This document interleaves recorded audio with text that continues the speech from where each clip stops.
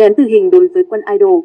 Ngày 19 tháng 11, Tòa án Nhân dân cấp cao tại Đà Nẵng đã xét xử phúc thẩm vụ án Nguyễn Quốc Quân, sinh năm 1991, biệt danh Quân Idol, cùng các đồng phạm theo đơn kháng cáo. Theo đơn kháng cáo của các bị cáo về các tội danh và mức án. Tại bản án sơ thẩm ngày 29 tháng 8 của Tòa án Nhân dân tỉnh Quảng Trị đã tuyên đối với các bị cáo nộp đơn kháng cáo xin được xem xét, giảm nhẹ hình phạt của mình.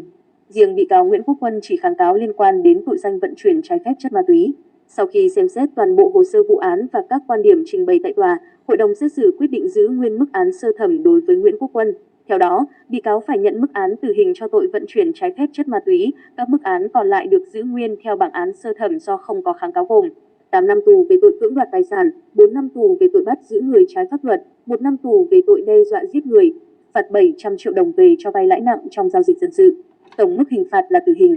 Trong số các đồng phạm, bị cáo Phạm Công Định và Trần Lê Duy Thịnh đã xin rút đơn kháng cáo tại phiên tòa. Do đó, mức án tử hình cho tội vận chuyển trái phép chất ma túy của hai bị cáo này vẫn được giữ nguyên. Bị cáo Lê Văn Sơn cũng bị y án tử hình cho cùng tội danh. Hội đồng xét xử phúc thẩm cũng giữ nguyên mức án 2 năm tù về tội bắt giữ người trái pháp luật, 7 năm tù tội cưỡng đoạt tài sản.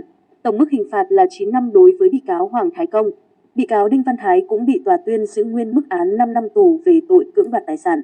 Riêng bị cáo Trần Hoài Thanh được hội đồng xét xử giảm nhẹ mức án từ 7 năm tù trong phiên sơ thẩm xuống còn 5 năm tù về tội cưỡng đoạt tài sản.